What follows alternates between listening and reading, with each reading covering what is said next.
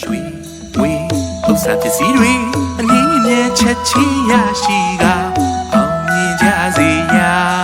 အချိန်အခါရောက်ပြီကိုမိတ်ဆွေအတွေ့အကြံမှန်သမျှမနေခုမကြ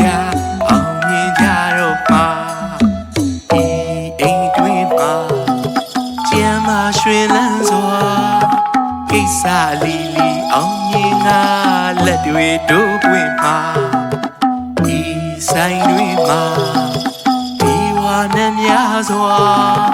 မဟာကူကြီးအောင်မြင်ငါလက်တွေတို့ပွင့်မှာ